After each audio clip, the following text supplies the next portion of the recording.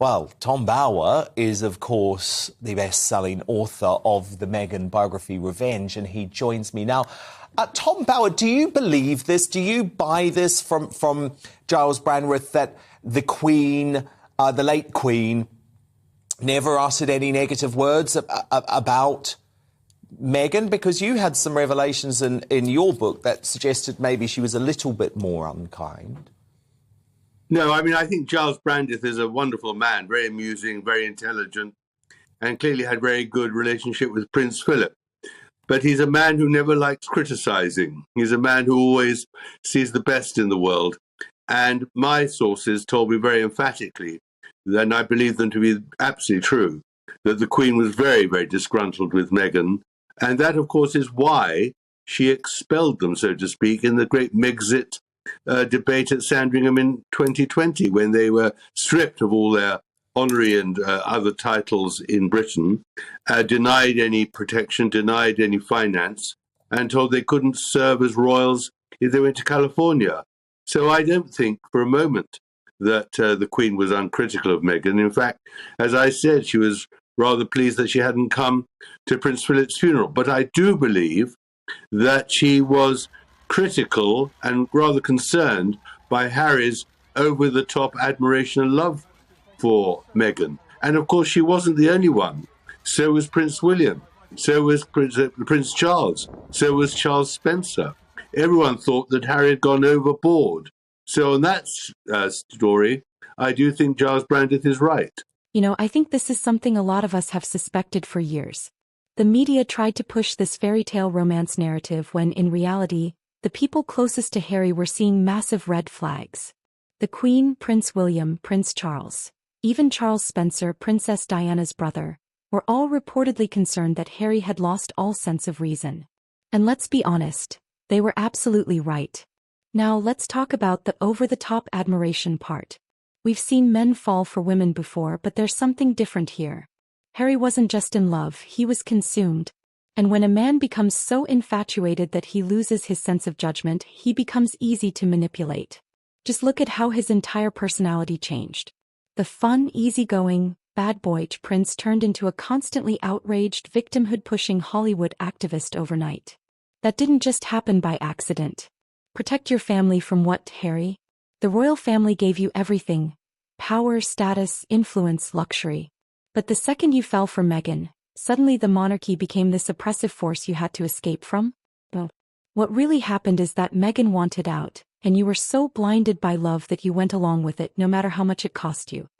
Well, yes, indeed, because what we loved about the late Queen, I guess, is that she was the queen of the understatement, Tom. So when Prince Andrew goes to talk to her about his various issues caused by Jeffrey Epstein, who he reveals, is going to jail for paedophilia, the Queen replies with one word, according to Brandreth: intriguing. And I guess it's the same thing with Harry, isn't it? By her saying, oh, he's a little bit too in love, what she really means is this is a man obsessed with someone. Now this is what leadership looks like. Queen Elizabeth, despite being in her 90s, saw exactly what was happening and took decisive action. She wasn't going to let them have their cake and eat it too. They wanted out. Fine. But they weren't going to keep the titles, the protection, or the taxpayer money while running around Los Angeles pretending to beat half-in, half-out royals. The Queen shut that down fast. And let's be real, this was never about wanting a private life. Meghan and Harry wanted the illusion of a private life while keeping all the royal perks. That's why, within months of leaving, they were signing multi-million-dollar Netflix and Spotify deals. That's why Meghan was doing interviews with Oprah. And Harry was complaining about his family on every podcast that would have him. Privacy? Please. They wanted fame, but on their own terms. Really, Meghan? Because peaceful people don't sue the British press every 5 minutes, make documentaries about their trauma, or constantly throw their own families under the bus. The Queen saw right through them, and she made sure they left with nothing but their egos. We need to talk about these warnings because this is where things get really interesting. Prince William reportedly told Harry to slow down with Meghan because he could see the writing on the wall. Charles Spencer, Diana's brother, also tried to talk sense into him. And King Charles? He too expressed concerns. But did Harry listen? Nope. Instead he saw these warnings as attacks, cut off his closest allies, and ran headfirst into a disaster of his own making. Oh Harry. They did support you. They just didn't support the reckless decisions you were making. There's a difference. And this right here is the problem with the victimhood mentality. When you see every piece of advice as a personal attack, you end up alienating the people who actually care about you. Yes, I think that. But we've got to remember one other thing. This book is written after sadly, the Queen's death. And they're trying to rewrite history because they don't want to provoke the Sussexes. And they're hoping, obviously, that Brandith's book will be the final olive branch, not to be too nasty about the royal family when the book comes out next year. I don't think it'll work because I don't believe for a moment that the Queen, according to Brandith, when the Oprah Winfrey interview was transmitted, said TV nonsense. I mean, Meghan accused the Queen and the whole family of racism and much more besides. I don't think the Queen was saying that's all TV nonsense. And on the other hand, one must remember another thing. The Queen at that stage was 94. She was already quite ill. The idea that she was absolutely on top of everything, I think is a bit unfair of the author. So I think it's an endearing picture he paints of the Queen. But I think the Queen understood very clearly the dangers that the Sussexes posed, and that's why in the Sandringham Agreement, when they finally left Britain, they got absolutely nothing that they wanted. They were told, if you go to California, you're cut out of the business, and that's the end of it. This part is crucial because there's been an effort to rewrite history and make it seem like the Queen was unbothered by Meghan and Harry's attacks. But let's be clear.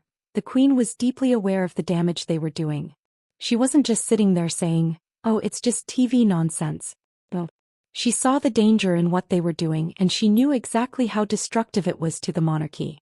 This was one of the most damaging accusations in modern royal history and the Queen knew it. The British press has tried to spin it like she wasn't bothered, but let's use some common sense. If someone accused your family of being racist on international television, would you shrug it off? No. You'd be furious. And that's why, despite the polite public statements, the Queen made sure Harry and Meghan were fully cut off after that interview. This is exactly what we see happening in the media today, a deliberate attempt to soften the truth. The Queen, William, and Charles knew Harry was making a huge mistake. They saw Meghan's influence for what it was. But instead of standing firm, too many royal insiders are now trying to rewrite the story to keep the peace. Well, I'm not buying it and neither should you. The royal family tried to warn him. He didn't listen. And now look where he is, estranged from his family, struggling for relevance and still playing the victim. But at the end of the day, Harry made his bed. Now he has to lie in it,